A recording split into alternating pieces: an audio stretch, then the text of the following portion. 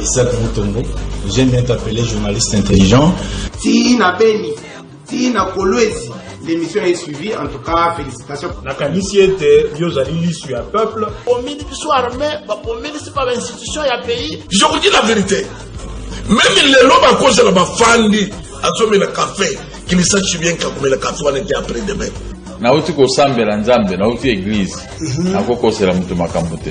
La guerre a volé le sang des innocents dans ce pays. Vous avez dilapidé le compte du trésor pour donner Simbongo à l'État avec autant de légèreté. Et pas interpeller au pays. Il y a quand même preuve. Alors ça ne valait à rien de remplacer Joseph Kabila. Kabila a battu c'est Batika Etimia. Comme il a 200 000, après moi j'acclame. Non. Toujours yoka magambo wana yake bango bazosomba kaka mapango ba oya sombi mapango na oya sombi ya minene mikolo nyos bazoboma batu mikolo donc neti tozana mboka na biso te papa 60 ya pasi ya mawa. Égoïsme. Ils ont travaillé pour eux-mêmes, pour leur famille, mais ils n'ont pas travaillé pour le pays. Voilà, mon collègue là, mon ami, nous allons dire émission devant les Congolais. Émission tobetaka mingi masolo na kati ya République démocratique du Congo, bana Congo, bobenga ba bazali libanda, bref, ça va. L'émission du peuple vient de commencer. Émission epesa kabilo maloba. Comment est-ce que tokoki ko bana boyamba ba politique ça ko pesa bino maloba? Lokola mboka weza kande ya ba politicien. Na esa kabilo ete mboka weza kande ya souverain primaire. Bango tobengi bango to analyser sur plateau. Bino tozo yamba bino par téléphone pona koyoka pe bino bokanisaka nini pona mboko ya bino. Émission est bandi. Nini tokolobela lelo totika namba sujet mususu d'actualité to beta pe masolo ya pouvoir yango après to comme ko poussa déjà na 3 ans. Quelles sont les grandes réalisations ya pouvoir oyo? Ba mérite na yango zali bongo nini? Est-ce que basali quelque chose to basalité to beta masolo yango bande kona ngai? Nana niko tozali na bango na plateau awa ya liboso na libongo ndeko Pati Malanga oyo azali na ngambo ya puna bobengaka ye somi ya bakongole ndeko Pati Mbote. Mbote mingi mwana mboka Isaac Mutombo mbote pe na bakodebateur baso toingila bango nzela plateau mbote na bakongomani baso bakolanda biso bipai na bipai sans oublier ba diaspora baso na PCP longonya mokakoswa na mwana mboka ta mokonzi ekolo Félix Antoine Tshisekedi elongo na leader ya parti politique nanga excellence Élysée beaucoup mwana maposo mais na nga kana bisayo na ye émission oyo parce que eza émission moko bakongomani balandaka yango tango nyoso pe ba appréciaka esalelo ya musala parce que nga azali éprouvé na perdre président national AI ya parti politique wangai puna mwana mboka docteur ingénieur Izulwa Monzemba Paul Richard na pesi ba mes condoléances na famille politique na nganyoso pe na excellence Élysée beaucoup mwana na pesi pe ba mes condoléances na famille biologique baso ya docteur ingénieur Izulwa Trobi Msakor mokolo ya mardi et kozala exposé na cinquantenaire to bengisi pe même chaîne mobile RTVH et ya wana pe pona ko couvrir obsèque ya président national voilà nos sincères condoléances pour être tosala kawana kaka na tango ya sengote tango pe mawa ezali to sengeli to compatir ya mibale na plateau na biso lelo ezali bongo ndeko RM oyo ezali pe na ngambo ya consacré il soutient le pouvoir en place ndeko RM mbote na mbote ndeko Isaac topesi pe mbote na bandeko na biso oyo bazwa mikati na plateau oyo topesi pe mbote mingi koleka na commune na ngai ya Ngiringiri Ngiringiri etandei toyebi ke to perdre mutu munene un grand baoba na kati ya Ngiringiri oyo mutu nyonso ayebi na kombo ya Vepichen Vepichu abeba ko tika biso commune na nga mes sincères condoléances na pesi pe mbote mingi koleka na assistant na nga personnel oyo azanga bate na ko accompagner nga toujours ndeko Jonathan Mbumba. Merci beaucoup et nos condoléances na bandeko nyonso oyo bakufeli na ngambo ya Ngiringiri. Voilà. Ndeko Misatu wazali na ngambo ya envol, il s'agit bien na ndeko Bubisa Bwisika ndeko Bubisa Motena. Mbote ndeko Isaac, vraiment za la pesi ngokula na plateau na yoko eza moko bénédiction ba congolais balandaka mingi. Na profiter na micro na yoko na kopesa mbote na bandeko bazala na plateau na pesi bana ya Kingu Madiata Badiadi Kalunga mbote Seleba Mobimba na ebike boko lela makambo ya ba érosion na boka mer. Waneza musala mabe oyo losala na niveau ya hôtel de ville to somona ta politique mokote ya urbanisme pour la koyeba kobongisa ville ya Kinshasa. Voilà, merci beaucoup la population congolaise. Milelo kaka na milelo. To éviter ceux qui toke de wapi. Ndeko na biso ya minei ya utibongo na ngambo ya SID, c'est l'opposition ndeko Daila Mbotena. Mbote ndeko Isaac, le grand journaliste, mais on a rectifié place mon lobby opposition, puisque tous en opposition, tous en résistance. Alors, on a profité de la personne de Konanga, tous en na plateau à Mbote, na pesiba na nyos ya bumbu, na yo nyos bozola ndanga la pesibino Mbote, na pesi le secrétaire général na biso le professeur de Voskito Kombote et le président Eli Martin Fayoulou Mbote na yo. Voilà, merci beaucoup. Nazo bana bongo nandeko Pati Malanga parce que tali penza bango bokonzi yango yinde na mapoko na bango. Qu'est-ce qu'ils ont fait depuis début ya mandat Félix Tshisekedi? Nous en parlons tous kota mbala moko na matière. Pas de recul ndeko Pati Malanga motuna ya liboso lorsque on a côté la pouvoir na bino. Félix Tshisekedi depuis 2018 au pouvoir. Le lo oyo bozali ko loba ete nini oyo bosi bosali population congolaise na oyo bokometa ki toke. Merci beaucoup mwana mboka na motuna malamu oyo tuni kolanisa ma citation et kolekela baike bakongomani na kati ya mboka bango Congo. Biso batoyi na pouvoir jour pour jour, tolobi déjà 3 ans déjà si je ne m'abuse pas. Tozwa ki pouvoir oyo pona koyeba na ko servir ba Kongomani, mais tokutana ki mwana kokoso oyo boyebi dès le début kolandisama na coalition oyo tozaki na yango entre FCC et biso cash et coalition na ebaki na ko aboutir na ba difficulté belé entre autres bino monaki komona bitemeli kundu bidongolo miso oyo tokanisa ekeba ba Kongomani ya solo to sala bango longo pona ko sauver na mboka mais ndokandi entre autres badalaki na bango na makanisa mabe envers mboka na biso. Mais yango mutu et ko empêcher biso te ke toyeba na kuboya kosala oyo ezali volontaire ba Kongomani biso to komi na pouvoir boyebi réalité to kuta ina ona kati mboka na biso vi ba difficulté belé ba maladie yaki tout consort mais yango ya empêcher biso te toyeba toujours koluka moya koluka kimia et c'est pour cela bomoni utata mkonje ko la komaki na ngwende ya pouvoir to ça d'abord maso ya koluka ete tout ya la stabilité économique ya selango une année et demie boyebi o etali même taux d'échange o ezali dollar tilelo et fandika kanato wana ya 20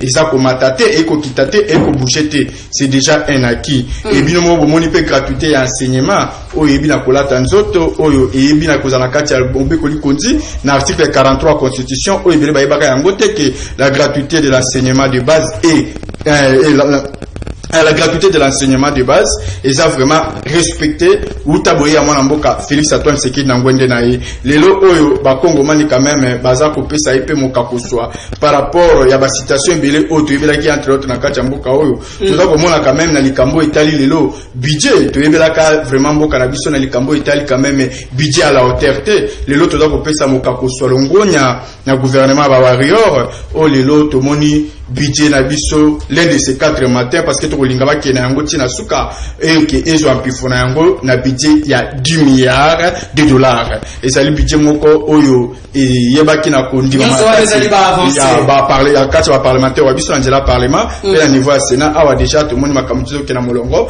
et ça déjà ba avancer moko très significatif to moni pe likambona o etali na misatu sur le plan sécuritaire na ko pesa longonya na o etali collaboration entre RDC na armée ougandaise c'est déjà coup de chapeau on a dit ça ok il faut passer un gros longo il y a peu mon kakoswa au moment où je vous parle il y a quand même des retombées où ta ba ougandais ba yé au kati ya mabele wa biso pona ko sala musala entre autres tout le monde déjà quand même ba salima sur l'opération conjointe ba yina ko sala maso ya ko yeba na ko neutraliser quand même ba terroristes ba ndai ko tia quand même mal à l'aise buturo ko la moyi au moment où je vous parle il y a eu au moins 33 ba représenté à terrorisme au bazali comme ba chef de guerre chef de groupe armé voilà au bazali déjà en otage pour na koyeba na kanga bango pe ko coincer bango na minute yo l'un de ces 4 matins musu ba koya na bango awa pe ba congolais ya biso pe ba guerre musu ba kanga ka bango ya cela longtemps to yebi na ko récupérer bango très bien en plus de cela il y a au moins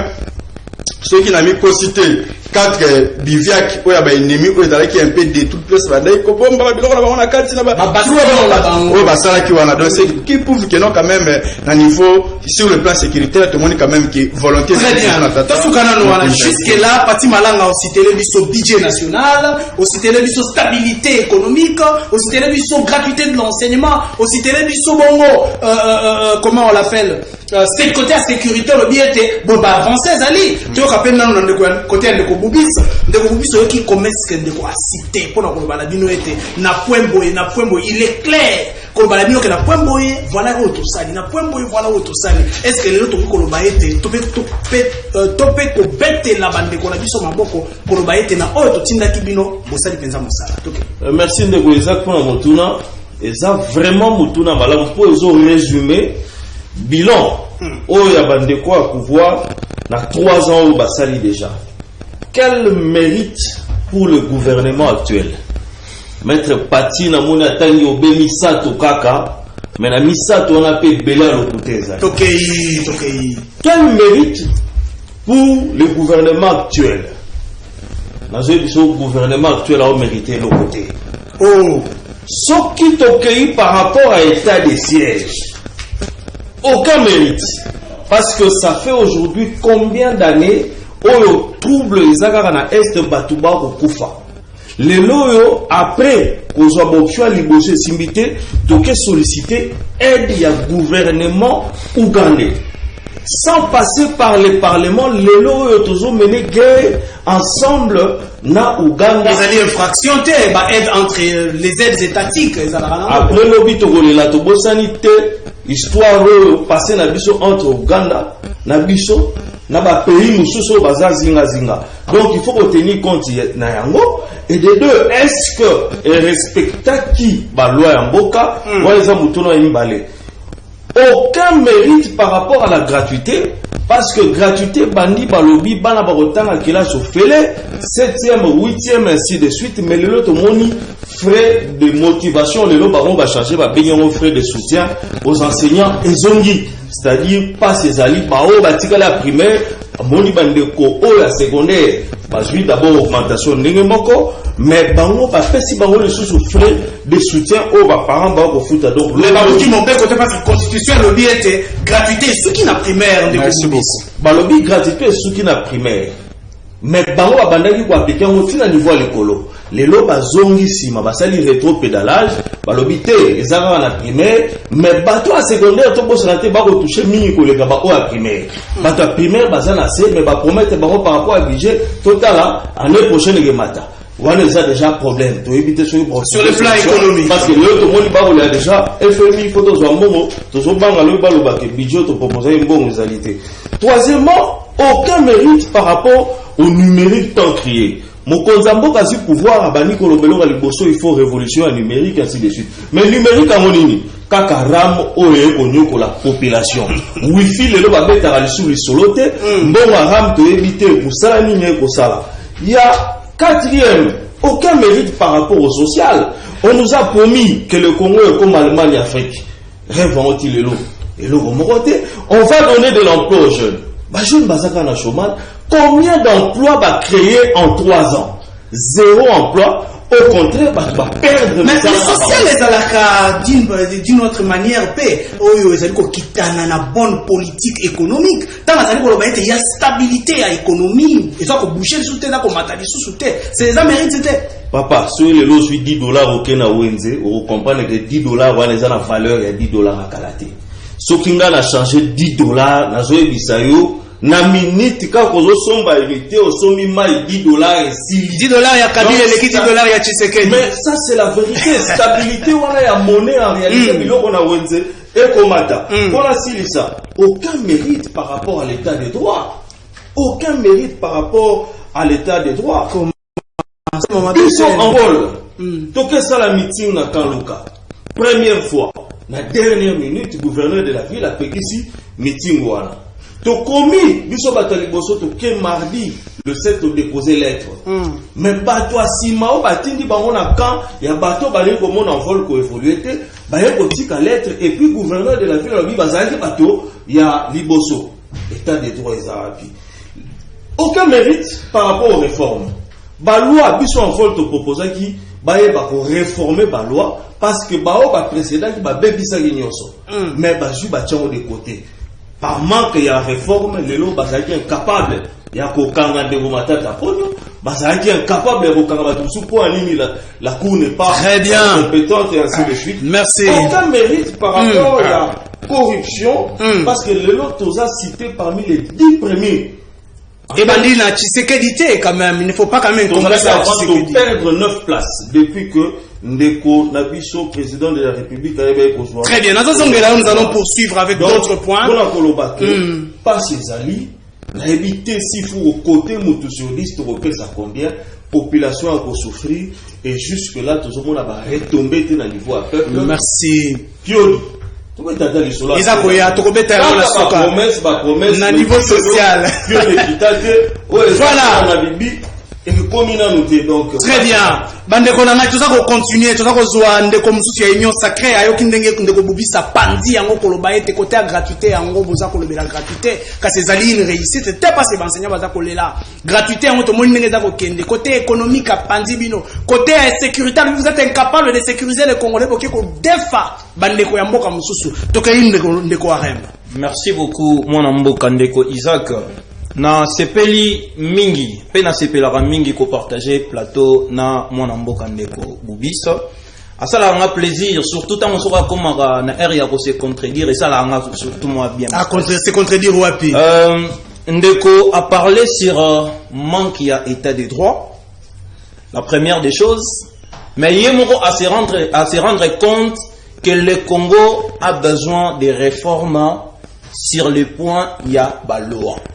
C'est une contradiction totale. L'état de droit, peut-être c'est une notion que moi Namboka Ndeko Boubis a maîtrisé en vraiment bien. L'état de droit, l'état de manifestation et ça la carte à constitution. L'état de droit, besoin d'ajouter ça. Celui qui a la parole, pas l'appliquer. Très bien. Celui qui a la parole, celui qui a la parole a le pouvoir. Je vous sécurise, allez-y. Je suis en train. Écrivez, vous allez répondre.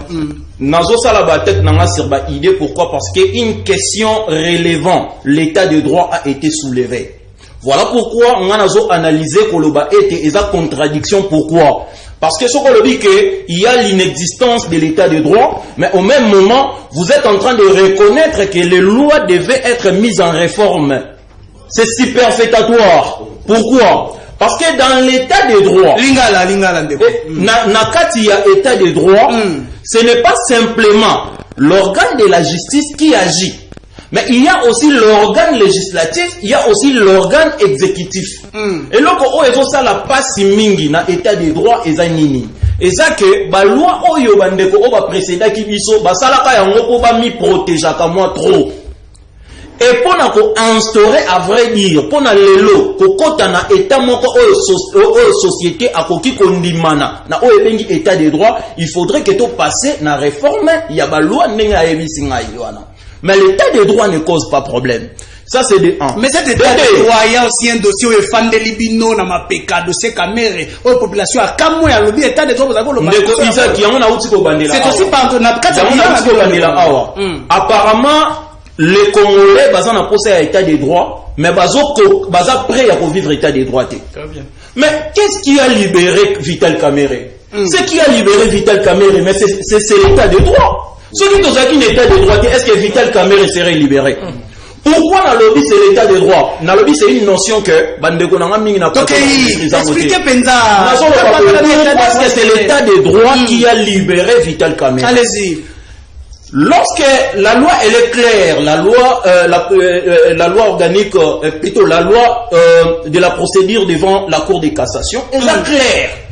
Lorsque Moutou a se sentir peut-être dans un problème sanitaire ou autre, Azana posa été à bénéficier de la liberté provisoire ou eza acquitté.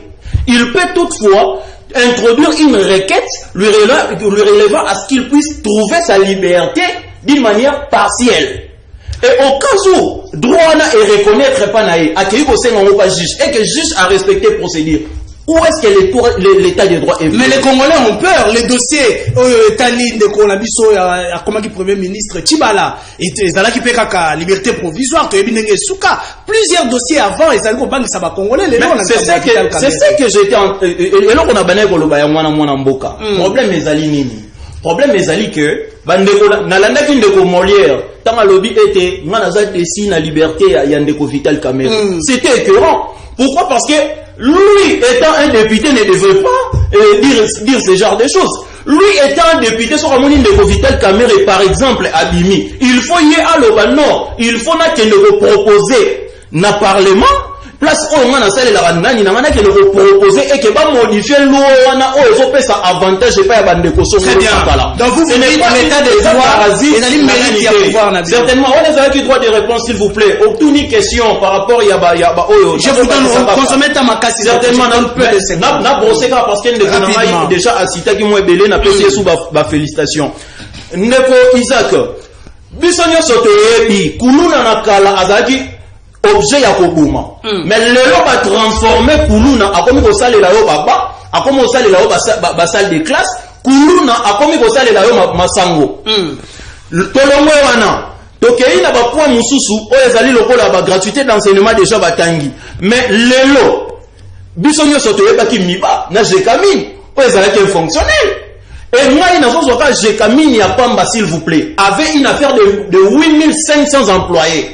On avait perdu 8500 personnes qui avaient perdu leurs avantages étant des employés. Mais sous ces périodes du président Félix Antoine Tshisekedi, nous avions remanié ces entreprises. Et aujourd'hui, elles sont en exergue. Parlons de l'Est. Oh, le lot va s'opposer. L'Est, devant plateau, puisera information. Réseaux sociaux. Parlons de l'Est. Est, ennemi occuper une affaire il y a 800 km na Est. Mais aujourd'hui, avec les efforts, il y a président de la République Namba Mapinga, le Sako côté Bazali, nous avons pu récupérer une affaire de 750 km, s'il vous plaît, sur 800. Très bien. Merci beaucoup. Vous voulez que nous puissions parler de quoi? Merci beaucoup, Arem Lukwikila. Merci beaucoup. Vous avez parlé de Vital Kamere. J'ai entendu quelqu'un dire les tombeaux est vide. On est allé chercher Vital Kamere. Baluki Jamal. Oh, Jamal a fait un son. Azonga Mukolonini. Les tombeaux est vide.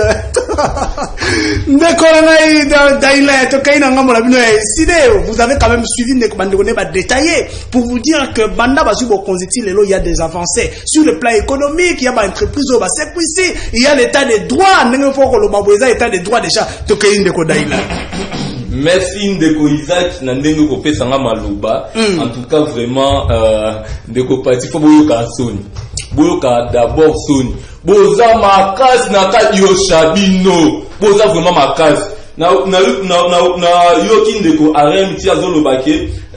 État des droits, il faut d'abord passer dans les réformes, c'est-à-dire Ndeko Arem a rejoint de Natang na Lobake état des droits na mboka na biso et résistakate zalakate état des droits et monaka biso badailin oyoyo bato to lobaka vérité bandeko idengo bazala ba prison na bandeko na biso ba ri manju ba jakinda la bazala prison wana nde état des droits mais bato bazoyiba mosolo ya biso bana mboka 57 millions na biso état des droits ezati nazongi encore nazosala bato ya l'état donc yo linga Vital Kamere kufa maladi na prison na lobi boye ndeko Félix Tshilombo alobaki yango ozalo atoza master na ye soko yibi mosolo la prison suka na kozala wapi boloko non mais est-ce que Kamere a sali combien d'années na boloko a purgé peine na ye non. Nazongi côté wana ndeko parti. Stabilité ni ozoganga stabilité économie. Lelo bata soni tozo bake dollar de combien à 20 dollars ba 20 ndeko Kabila tika dollar na combien? Pino bo komisi de dollar na combien? Token na social o mona ba biloko. Lelo la différence na bino batu bozo kamba bino batu bozo bo compte lipa oyoyo lipa oyoyo ba komoma bomona lipa oyo to mona toyeba ki yango te botala lipa 200 lipa 200 Botala, oh, ils allaient qui 200 francs. Lipa, oh, ils allaient 200 francs. Mais comme 300 francs. Lipa, oh, comme 300 francs. Botala, ce qu'on lipa 200 francs. Oh, au moment, il y a qu'on lit. Pour ma peuple, comme on l'est, Tony. Un de vos partis. Bon, on va rattraper le Sony. Neko Isaac, tu comment on a fini ça? Neko, oh, ils ont mérité carton rouge. Et je pense que, peuple congolais avait sous peuple au qu'on doit être scientifique de l'obé qui bala la pongia ba bébé. Peuple a bénéficié de la gratuité de l'enseignement. A bénéficié de l'eau aussi, la gratuité de l'enseignement là. Louvunu, et ça l'ukuta, et l'eau comme on te ban na biso batanga lisu bien te. Ozolana bana biso batanga te. Lelo bandeko bazo beta o pezo zonga na est, et ça l'ukuta bandeko botika koko sa peuple. Peuple azate peuple o papa scientifique na lobaki bala la pongia ba bébé peuple congolais comme déjà mentir. Bandeko botika koko sa peuple. Bozo mériter carton rouge pour que 2023 bozo nga lisu soutien de parti. Voilà, wana ezali bongo na ngambo ya SID parti malanga oyoki biloko na yo. Oyoki ndeko bubisa tuti yo hakuna balobi kajosha donc kajosha télévision. Oh population za ko vivre bino za ko vivre yango te. Bo vivre na planète nini? Balakisi yo lipa ya 200. Lipa wana toyebi yango na mboko yo te. Boni mboka oyo tokomi kolia lipa ya oya mukuse bo 200 francs ndeko parti. Économie yango ya wapi? Kaka ya mikanda lokola ya matata poni. Merci mwana mboka. Omoni tango toye awa na etandoike toyende toyebisa bakongomani oyo eza ya solo. Mais totika kosala ki populisme. Parce que namoni moi ki populisme eza kosala makasi na kati ya bandeko na ngai. Eza bandeko na ngai na bosani sukombo. Ndeko bubisi. Ya envol bubisi. Tozalaki na ensemble biso surtout na union sacrée. Mais nini oyo esali ki ya longwa union sacrée. Vous devez comprendre que c'est les intérêts personnels. Égoïste. Les seuls loke bimisa bango na kati ya union sacrée. Ils ont pour intérêt à Congo manité. Ceux qui ont intérêt à Congo man, bango balinga ba fanda parce que président wa leader wa yi ba voter na Kasai na Kombo ya nani. Na Kombo mwana mboka Félix Antoine Tshisekedi Tshilombo. Akoyi ko sala hypocrisie. On a lobby qui baza ba hypocrite. Popularité en vol no ba. Ce sont les parisiens de l'État d'Israël. On ko sa ba Congo man ki ba limba Congo man le kuta ba limba ba Congolais. Mouta lingi Congo lingi ba Congo man na mboka o c'est président Félix Antoine Tshisekedi Tshilombo. Je vous dis réellement ce qui est vrai et je mets ma main à couper. Moi na mboka Dailer ako lobaka makambo ya lipa. Ako yebisa ngai ki liboso ba Congo man pa ba yoka ina ki populisme ala ko sala. Ya bosani biso dozu pouvoir na tango nini. Lipa oto kutaki on état nini. Kaka na 3 ans pamba. Bolingi ko banda ko sitele biso makambo kutu o bato basala 18 à 20 ans à pouvoir ba ko quand même ko sala yango te. Mais Félix Tshisekedi la non mais félicité. Na biloko même yunu moko tanga awa et ina molongo te surtout ta on a moni ndeko na ngai a cité biloko moko awa ngai moko na miyoki somo tango la zolo bakeno si état de siège mérite moko zate nanga na kokosi na biso ke kokosi yo me 80 éléments et un général o yebaki na ko s'autoproclamer azalaki neutralisé par armée congolaise ko yebi yangote. Il y a eu plusieurs localités ils allaient récupérer on a retangelo même entre autres Mwanga, Lipri, Ngonga, ainsi de suite, Nangongo, et ça récupéré entre l'armée congolaise avant que Toyeba na Kosala mutualité dans l'armée ougandaise, ce qu'on est bien noté. Et en dehors de cela, il y a eu à peu près combien 62 éléments et 82 encore éléments. On va dire qu'ils neutralisaient avant les Ougandais pour rejoindre. Mais tout les alliés qui mobilisent, ayoki soni que Ouganda a kokoyede biso le Grand Congo. Na koyebisa yo na likambo etali bitumba. Et c'est ngaka ba aider ou ta par-ci par-là. Parce qu'il y a des réalités où ils allaient à Syrie, guerre, ndenge toyebeli yango. Même les pays ni ne kutu. Le cas là-bas, États-Unis, le cas là-bas, Allemagne, le cas là-bas, France, bazo, ça va aider les pays moussous. Comment plus fort il raison qu'à RDC, bon mon yango sur le Congo, le cas là sika. Et c'est le cas sikate. Est-ce que c'est le mec qui aujourd'hui n'a pas la Félix Antoine Tshisekedi mutaseni aide Libanda? Même le régime passé, c'est ngaba aide Libanda sur le bien côté. Et c'est le cas sikate. Mais ce qui est important pour la vision de ton pays, c'est que l'on a mon soit. Attends, on s'école parce que boye boye na pouvoir à Congo, tout le monde quand même va retomber dans les significatifs. On te s'attendrait en même temps. Lipa non, betami. Non. Lipa kuna boko kite. Donc quoi kite nani? Na likambo etali social ba Congo man, yo za mutu na maele ndeko isaki. Il faut féliciter mon amour à Félix Antoine Tshisekedi. Nani? Sur le plan social, depuis mon amour à Félix Antoine Tshisekedi na pouvoir, il faut d'abord gratuité à ces notes ba ngote, le la tenzotto. Ba prix d'avion, ba avion ndeko le fa comme sanzanga comme je le fier.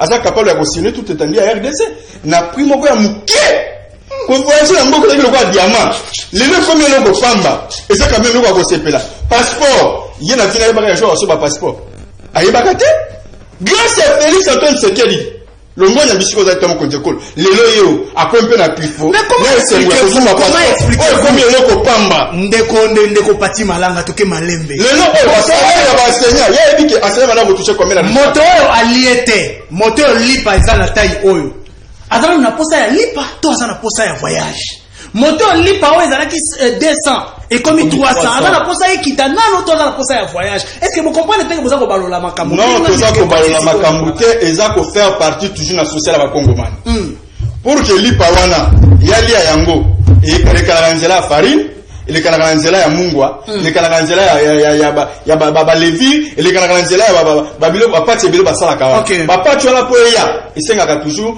moyen de déplacement le seul moyen de déplacement et ça peut rassurer et ça la kumoko ya likolo yeba ke kozala na molongo na ko yebisa obe mwana mboka Isaac le problème est tout na ba opérateur économique ya mitema likundu problème biso okuti ba opérateur économique on surtout ba na ko travailler sous couvert ya ndeko Kabila. Et ces opérateurs économiques wana ba moni vision na système ko jeko le Félix Antoine yango ba komi côté la biso ba pot de banane ba coca jambe ba komi côté la biso ba nzube la ba sende pour que to les kana ko répondre na volonté ba Congo humanité mais que biso bango que on ne fait pas le bras de fer avec le gouvernement bras de fer ba ko luka ko sala wana les de ces 4 matin to ko ba remettre un fait mais bokoki ba la précipitation tende ko ngai mais moi na mboka j'ai oublié encore ce nom Dailan mais yo kumisa nzambe na boya mwana mboka Félix Antoine Tshisekedi tout ça to na position au sambu no biso mona pa ndeko Kabila mais na émission c'est la continuer to voir ka gaz mais non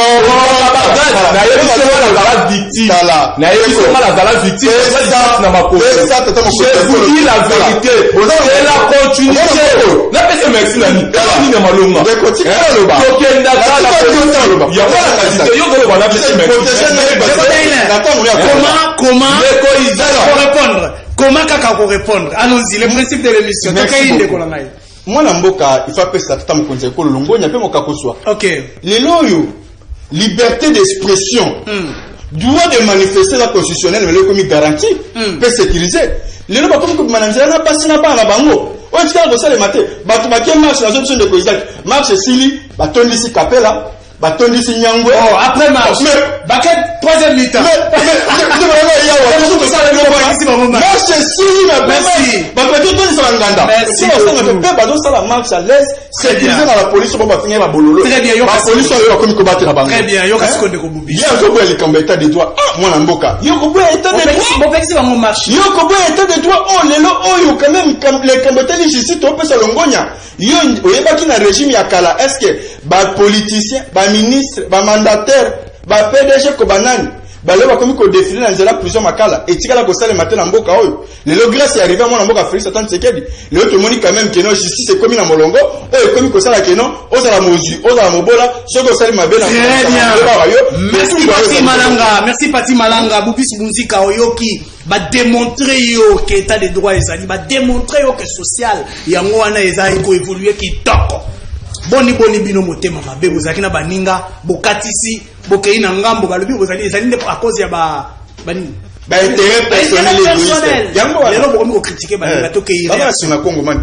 Merci beaucoup. Avant na zone la maître Pati na romekana ko brosser sur spawn de Kolobi il ne faudrait pas qu'il y ait de confusion.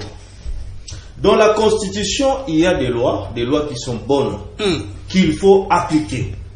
Notamment la loi sur la liberté de manifestation, qui est une loi cessant là.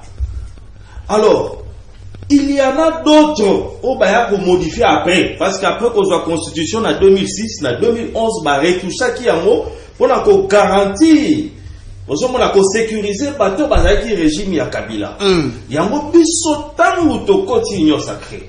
Tout un cahier de charge, on a directement proposé qu'il y ait des réformes au niveau des lois, notamment sur la constitution, élection à 2 tours, et puis Makambo, élection par gouverneur, na sénateur et cotisé corruption.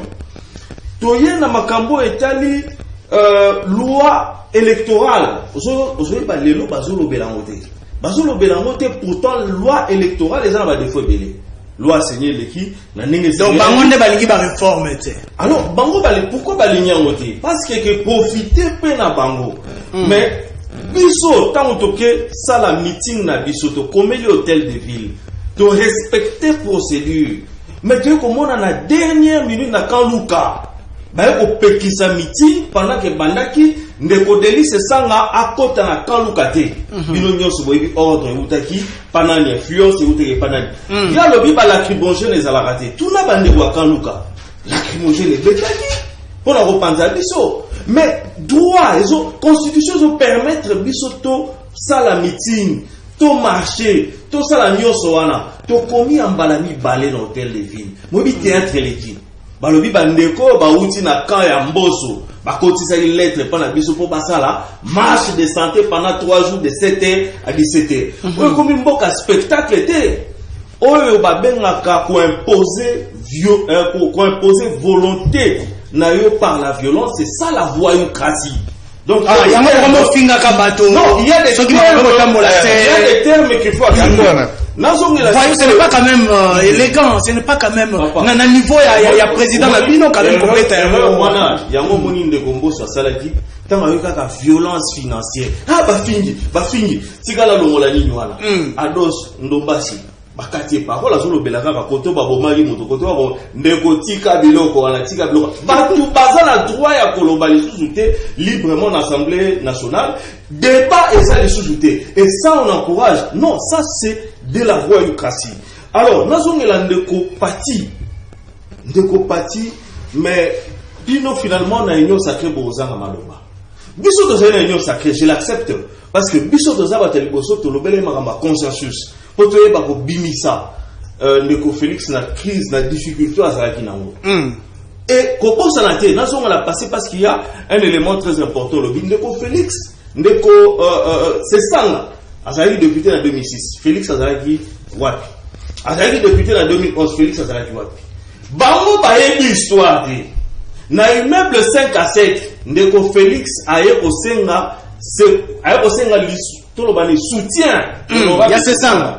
Il y a qu'à coédenga pour la campagne. Oh, est-ce que c'est vrai ça? C'est ça, la popularité de ces sangs, Félix Tshisekedi. Mais ndeko Félix, bon, président de la République,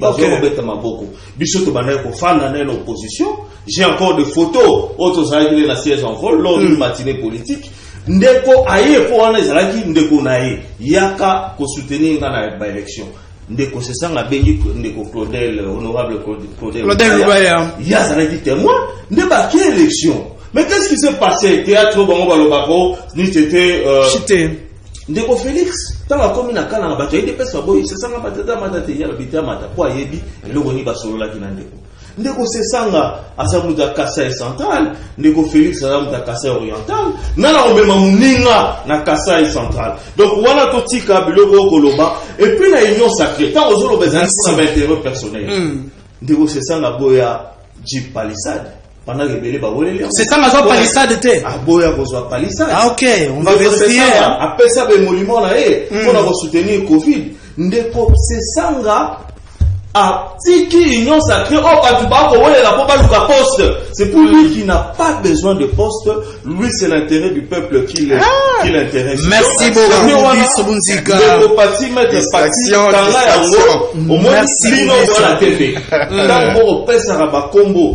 Félix. Bozo sunga été et yemo ba yebi ke ba flatteur ba merci ba ko sunga été o bi tanga lobi ka justice état de droit moi j'ai une vidéo na téléphone à la visao o ndeko Félix na micro ya Christian Lusako na ko lo ba mboko eza na débat corruption ya grave mboko justice nazo bunda mais nazo remarquer kaka que ezo simbate na tanga mobutu kutu mutazaki ayibi ndambu atiki ndambu melelo ba kozwa nyonso. Merci beaucoup je crois bande ko batako landa biso batako komela biso na WhatsApp batako komela biso pe déjà en direct nous sommes en direct bande ko na ngai nazo yamba bino ba appel normal si ma réaction bande ko la biso mi balé na recevoir ba appel na bino mboka oyo eza ya ba politicien te na yebisaka bino voilà pourquoi ba komisi biso tina niveau oyo République démocratique du Congo to beta lisolo ya lipa République démocratique du Congo mboka oyo eza ya souverain primaire ndeko moko akomeli biso nazolanda yo depuis 18h azofélicité ndeko oyo asimbaki lipa mpona koloba lipa ya 200 ekomi 300 wana ezali bongo Francine depuis Tchangu tozali mpe na ndeko mosusu awa. Bonjour mon frère, likambo ya mapa eza échec ya régime ya Tshisekedi nao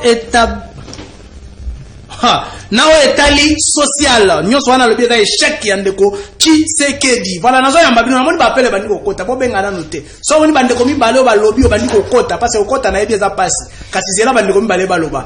Arem Lukikila oyoki ndeko ndenge a réagir na makambo yo lobi. A expliqué bino combien de propositions oyo sesanga asali kasi bino kuna bondimi ba proposition na bango te. Voilà. Moi mboka Isaac Mutombo esalinga souci makasi peuple congolais na s'adresser na bino bozolanda ngai. S'il vous plaît bandeko na ngai oyo bozolanda nga naza mwana mboka de père et de mère. Totika te ba politicien lokola bandeko na biso ndeko Bubis ya envol baeba na ko manigancer biso. Pourquoi? Alobeli awa ba proposer nga kuna kanisa ki ba réforme o bazolobela ezali réforme sur la fixation de ya prix peut-être ya ba agroalimentaire. Oh ezota la sociale. Peut-être. Dans la sociale. Mais OK.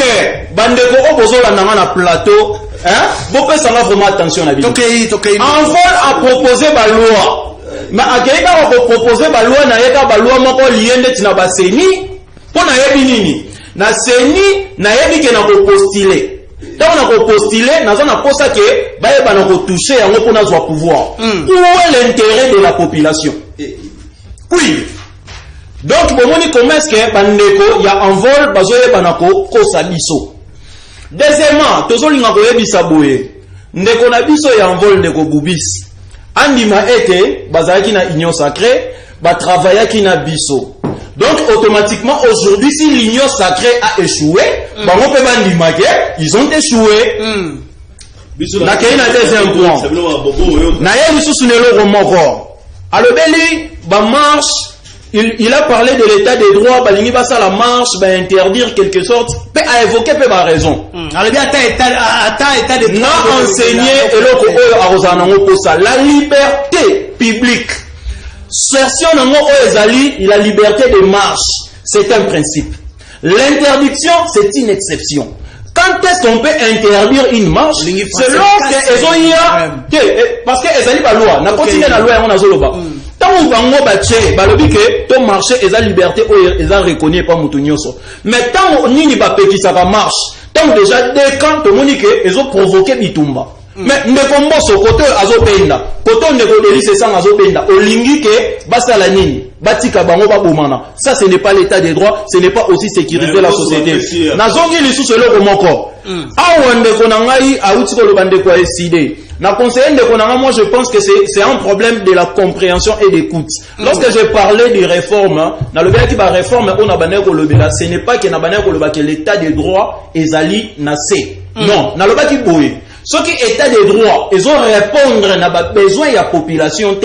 Pourquoi? Parce que loi na biso, l'état des droits, il faut que l'état des droits est défini comme étant la soumission de l'autorité publique face aux lois. Cela veut dire quoi? Les lois, ata Félix Tshisekedi alobi, ngai naza na posa okanga ndeko songolo tope pakala o ayibi. Mais loi et lobi ke ata za président okoki okanga e boete le cas koto.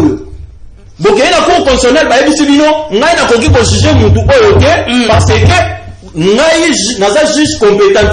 Ça c'est la loi et exécuter respecter ces lois c'est ce qu'on appelle l'état de droit. Ba loi mingi population tuna yo bino awa tuni bino est-ce que na mboka we sengeli to beta alobeli lipa yango na lina chité na lina chité na lipa na sepeli na ndeko na ngai tango alobeli makambo ya bandeko na biso oyo baza na éviter babengaka bango bandeko en fait bandeko yuma on les appelle encore comment opérateur économique. Merci beaucoup.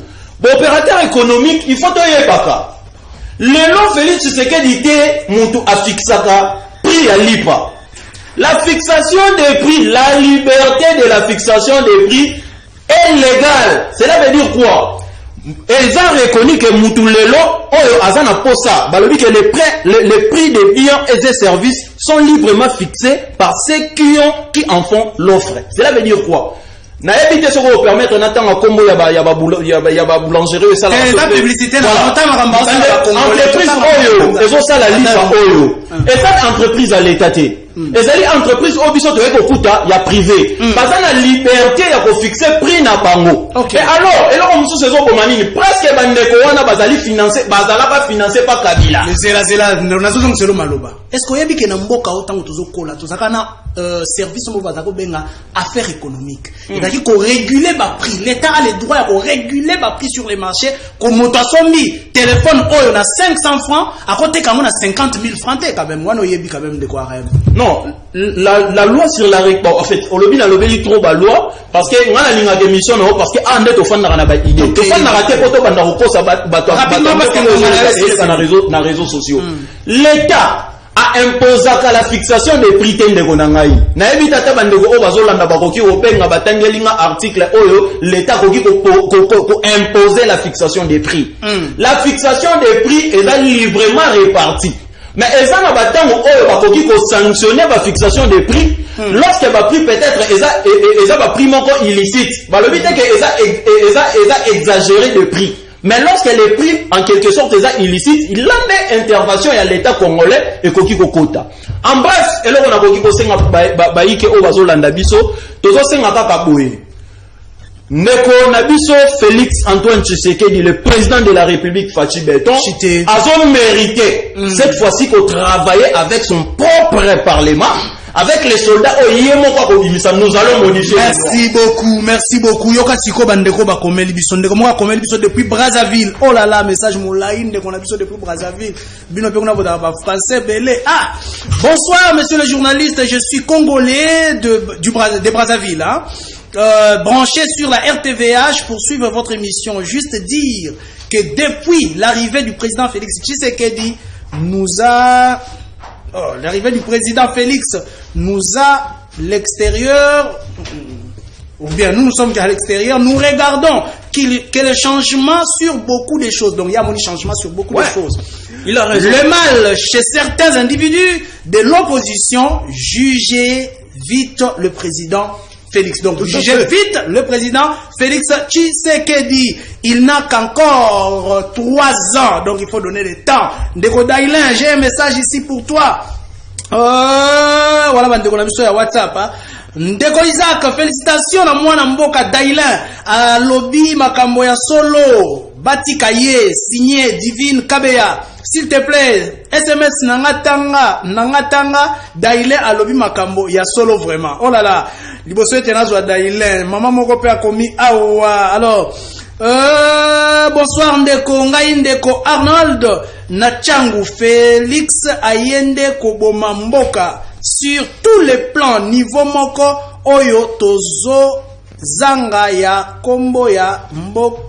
Kobenga yango donc niveau oyo abomeli mboka kombo ya kopesa yango ezalité Dailin rapidement parce que ba message comme ko côté belé ba appel sengena ya baba merci Ndeko Isaac premièrement na répondre non Ndeko Brazzaville yozala ana Congo Kinshasa te oyebi ba réalité ba kinois bazo vivre mais parfois mutata la match na grandeur ça bien réalité c'est ça. Hier Azali Banda a eu la réalité où ils ont été. Napesi Divine Kabea, merci. Napesi Ndeko Francine Acham pour bangonde mutu ba eu la réalité.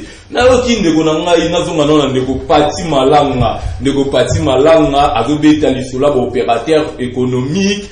Mais Ndeko Pati Malanga lelo bino boke libanda boke somba poisson. Ti lelo yo pour la kati biso ke poisson ezoya jusqu'à maintenant dans le comité. Eza nini eza ba opérateur économique ne bazo bloquer sonini non oh nazo loba toni Ndeko Pati Malanga tango zo loba ke liberté d'expression tout ça bo sala ba marche boy Ndeko Pati Malanga ngana oyebi songa na zala victime ya pouvoir na bino ngai Dailin na zala victime na zwa lisasi na makolo marche contre Ronsard Malonda totelemeli Ronsard Malonda na zwa lisasi na makolo tobimi marchi pona ko soutenir bandeko na biso ya est ya Beni hein ezaka ka biso bato to stambola pona bango ndeko pati malanga komona ba policier na bino ba yé ba beta biso ba gaz à chaque fois tozotambola bazo beta biso ba gaz ndesiko place bokolobaki oh non comment sepela la pouvoir ya ndeko Félix Tshilombo eloko nini biso ba yi kongomani oto ko sepela nango toza le loko moko te oyo tokosepela oloba oyo ezoloba wana ezali okoki kofélicité ete olobi okiti sans kokangama sans kolanda yo moto alandi yo nazoyebisa yo eza oyebi ke bamama Chantal bacommunicateur na biso ya SID ya lamuka pardon bamenasa bango c'est-à-dire il y a la continuité ndeko Isaac mama Chantal asilisi na ndeko Prince Epenge basilisi émission baye bamenase bango il y a grave yo bi combien de fois auto zora bappel na ba menace na ba téléphone na biso avant de remarquer il y a un changement il y a pas un changement de natilisa rapidement to ya population le baké ndeko nanga ndeko babu a expliqué bien ndeko faut comprendre loko moko ba ndeko nanga nyo sacré omoni tangu bozo sakana na seni eza lokola bozo sakana na venir ya peuple congolais bozo sakana na venir ya peuple congolais moto yo akobongisa mboka na biso légitimité na ye euta wapi soki seni eza vraiment normal nde tokobimisa soki seni eza bien président oyo aza légitime nde kobimana merci merci réforme na kati ya seni bolingi ke seni ekoma etika leloko moko privé kaka ya bino moko bon tricher encore l'élection ndenge ndeko Kabila banda ko tricher l'élection merci beaucoup merci beaucoup je salue Gimputu azali nangambo ya Canal Kin, c'est à Sylvie Pe Ngambo Canal Kin, kuna la bande kona biso ndeko Zulu et tous les autres.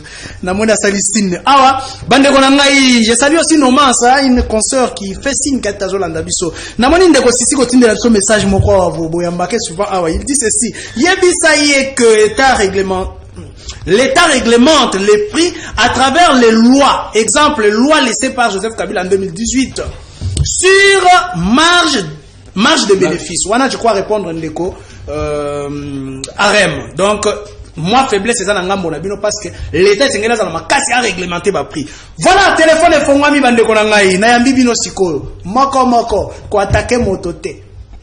Tant ozo benga, lobela mboka na yo. Qu'est-ce qui est fait, qu'est-ce qui n'est pas fait? Ko attaquer motote ou attaquer na katio. C'est ça le principe de l'émission. Soyons respectueux à Batouazar, parce que ce sont des pères de famille. Allons, de Kobengi biso api kombola. Oui, de Costani Tozoyoka. Oui, depuis Lemba.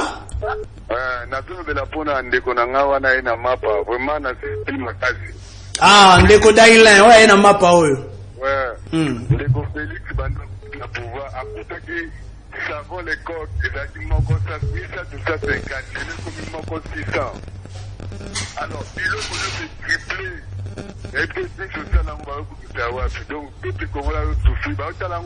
Merci. Merci beaucoup. Tangozolo Bandeko, merci beaucoup na réaction na yo. Bozala mokuse parce que bozali ebele, vous nous suivez par milliers Bandeko nangai. Oh, allô? Oh là là, ndeko raté appel na ye kokote dali passe, il faut que gérer ce kokoti oloba. Allô? Perturbation et bandit. Voilà. Tout a dit qui entre là, voilà. Tout en a appel, hein. Il faut toujours insister. Allons de Robin Lusa Fikombonen. Oui, de Kotoso Yokai. Oui, Combo Pablo. Oui, de Pablo, depuis quelle commune? Ah, bon, on a lobby. Vraiment, félicitations. Félicitations à Moutalamuka. Ndeko Dailin. Ma biso qui va qui a une sacrée parce que ma biso ma Mboka. Mboka ezali ya kokufa makasi si na yebi tokotikela moto. Voilà, ndeko akei oyo ramte kati ndeko aïe ndeko Isaac c'est Nathan depuis Upen. J'aimerais recadrer mon frère Dailin. La hausse des prix de pain est due à la forte demande et à la faiblesse de l'offre, dont le prix sont contraints. Donc les prix sont contraints. Les privés sont contraints d'imposer les prix. Voilà. Wana ndeko à réagir. Allons ndeko. Bengi bisap kombonani. Alors. Oui ndeko tozoyoka. Na bengi ona ngale. Oui na ngale ndeko tozoyoka yo. tozoyoka yo oloba ndeko yalobi bato wana pouvoir batika kodistre bato ekodistre bato biloko to eza marché te gratuité eza te 3 ans négatif balongo bate bakende na bango. Merci beaucoup wana ezali alobi bandeko ya pouvoir badako distraire bato tozwi l'avant-dernier appel alo ndeko bengi biso api kombo na Allô? Oui, ndeko tozoyoka yo. Na bibo ya. Oui.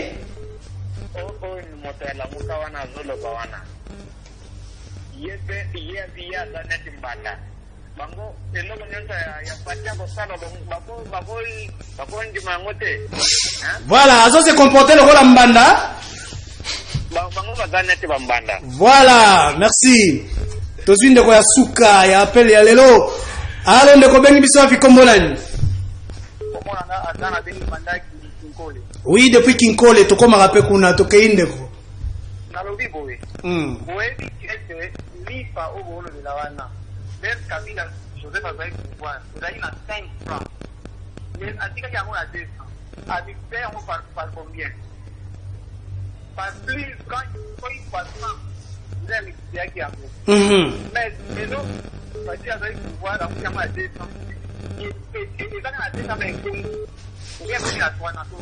Très bien, merci beaucoup. Merci beaucoup, bandeko nanga ba appel komi awa belé. Comprenez que c'est le principe de l'émission et c'est que toyoka bandeko liboso te tokata émission. Je crois, nazo pesa bino maloba, vous avez entendu parler la population.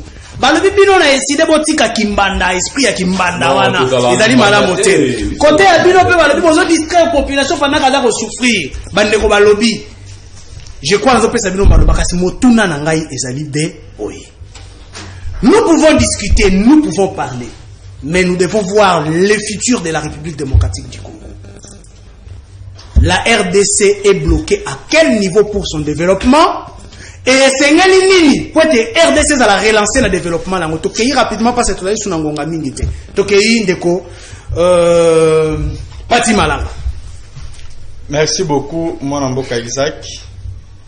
Na une minute tambo ya développement ya Congo ezama na ba point belé. Eza ko bloquer développement ya Congo d'abord pour na mandat na biso ezali d'abord composition ya mabe ya parlement. C'est dans le but composition ya mabe ya parlement parce que ezala qui déjà un mauvais départ, c'est-à-dire une fausse majorité qui ne voulait pas travailler au profit de la population. Ezali déjà biloko oyo to remarka kiango. Pe ami balé manque ya vision na kati ya nini ya programme, c'est-à-dire to lingi na chaque domaine et so ba responsabilité na yango pe ezala bien défini kolandisama volonté ya tango konza ekolo pona o etali intérêt ya nani intérêt ya ba Congomani pe to constater lisusu tozali na une majorité o elingi ko travailler te parce que Parlement. Majorité ou ya bino union. Non, tu constaté majorité au bisoto. N'a pas le bon clair. OK. Majorité au bisoto. Il y a parlement bosso. Oh to sali majorité. Il faut d'abord savoir. Majorité oyo. Tozana yango na kati ya parlement. Et ça majorité oyo doit correspondre à la volonté de Konjeko la. Oh là là, c'est que toi tu dissoudre. Vous devez savoir cela. Et majorité wana. Il y a batu ya mitema mabe bidongolo miso entre autres lokola bandeko tozali na bango ensemble bandeko en vol oh lelo babimi pour ba intérêt personnel na bango et vous devez savoir que bazali ya bato merci basite bazala kata parlement on bazako likaka ko tia nini ba kwaki ba problème ba difficulté c'est bon mais alors il faut rappeler que non il y a eu autant de problèmes au rendre au monde sur un peu au bloqué par le développement du coronavirus oyo et ekoboma. Mais il faut ça, peut écouter biso na ba ebele. Pati Malanga. Mais le bala o tel quand même que c'est que le moyen ko c'est relancer. Pati Malanga okima émission na ko zongi dimanche kozala. Zalakal. Au better. Tokei Bobis Muzika, tokei rapidement 1 minute ne bobo l'exater sinon bakati ba okata biso na émission. Vraiment dans le mbango qui mettre pratique lobby que majorité on est amabe. Bona aider directement les konangai. Arema lukikila. Deux fois déjà l'équipe plateau moko azo banelo mais je pense que les deux occasions éclairées. Tokei ce qui on met la politique pour comprendre l'importance des élections. Ce qui les loto que na bitumba poto zo constitution et loko liboso za ki makambo élection maponami. développement en mboka tant lobi nini to esengeli to sala poto me mboka eyeba ko bima na crise et loko ya liboso eza élection po ngabubisi na bima député te po Delix sanga bima député te élection pour na kozwa liboso président ou aza légitime merci kozwa assemblée nationale aux ezala rempli des gens bazan à devoir bazan mission bazou vis-à-vis de la population. Très bien. Dès à partir à assemblée comme illégitime n'a pouvoir au cas populaire on les gens nommés. Quand on parle de lois importantes, oh biso to proposant bandeko musu ba proposant batu bali to ça ba loi sur la dot ba bloko la congolité. Très bien. Mais la moni sunde ko biso ya merci ya selemba aussi. Voilà distraction. Merci. Ba loi importante na minute les élections et ça clair. Il y a développement. Merci beaucoup, Boubis Bouzika. Vous êtes un habitué de cette émission. Au cours de la semaine. Tokei Arem Lukukila, Tokei rapidement. Votre réaction, que devons-nous faire pour nous relancer RDC rapidement? Merci beaucoup pour nous balayer. Tokoloba était Tozo Senga vraiment cohésion et kotamakasi entre les pouvoirs exécutifs ainsi que les pouvoirs législatifs. Cela veut dire mon konzamboka, ce qui aza na posa ya malamu. Oh et Monique et moi blocage les alliés. Pourquoi? Parce que tout ça dans un régime semi-présidentiel dont le président n'a pas la décision sur toute chose. Okay. Donc légiférer loi et permettre et ba décision et la dans la faiblesse du président aujourd'hui les alliés Assemblée nationale. Certainement. Voilà. Certainement. N'a conclure sur ce que bandeko na biso ba mekalisus côté la système éducatif na zongi sarangoka toujours. Pourquoi? Parce que sur Otali Congo ils ont beaucoup plus ya cop. Au moment que ba jeune ba bimaka ba kinoko luka. Alors Tomi pesa makasi na pour encadrer les entrepreneurs. Merci beaucoup. Merci. Ndeko Dailin, je crois que vous allez venir au cousser au chlore penzana émission na biso pour la mokolo ya lelo. Rapidement, qu'est-ce que la RDC doit faire pour être encore relancer le développement? Merci Ndeko Isaac Mer na sepeli eloko moko ta Ndeko nani parti malanga lobi ke majorité na bango majorité ou eza na Assemblée nationale eza majorité moko te monsieur Félix Tshisekedi alinga ki eza vraiment yango te tant to loba ke ba député wana bazala légitimité Bondima Kabiso te lelo boko mo pesa biso raison. Eh ben député même président Paul Azal député. Eh ben député on a déjà siégé.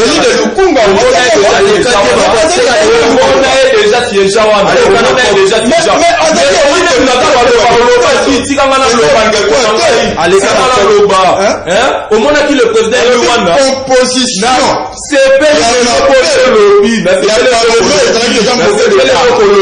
le lot fait ils ont raison que ba député na deux para bazal légitimité tikanga na silisa ngane munaza maloba ndeko Isaac.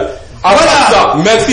Pour conclure. À part ça, problème, ils ont bloqué le développement. Il y a un mot calabiso, ils ont un problème à légitimité. Au moins, il y a un mot calabiso. Autre président Oaza, légitime. Ndeko développer. À part ça, il faut aussi changement. Il y a classe politique et salama. Biso ba jeune. Très bien, merci beaucoup. Bandeko na ngai émission na biso komi bongo na suka na yango lelo to betaki masolo ya ndenge nini komona RDC ko évoluer liboso na yango to lubaki qu'est-ce que ces pouvoirs a déjà fait depuis ete bakomi wana émission na biso komi bongo na suka na sima ya caméra na Arlen Kalonji côté ya machine to zalaki bongo na oh là là na koma posa na kombo na ça c'est très grave. Ça c'est un péché. Tout à l'heure, Simon, oh, Simon qui bango mi balé, bazalaki na Christian Tondo. Et si n'angala comment vous ça na combo na c'est très grave. Et merci, monsieur Sili. Aïe aïe aïe.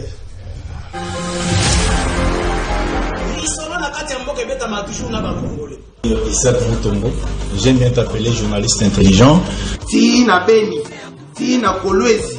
L'émission est suivie, en tout cas, félicitations. La qualité était, vous allez l'issue à peuple. Pour ministre soit armé, pour ministre pas l'institution, il y a pays. Je vous dis la vérité. Même les lobes à cause de la fandi, à ce moment café, qui ne sache bien qu'à le café était après demain. nauti kosambela nzambe nauti église nakokosela mutu makambo te. La guerre a avalé le sang des innocents dans ce pays.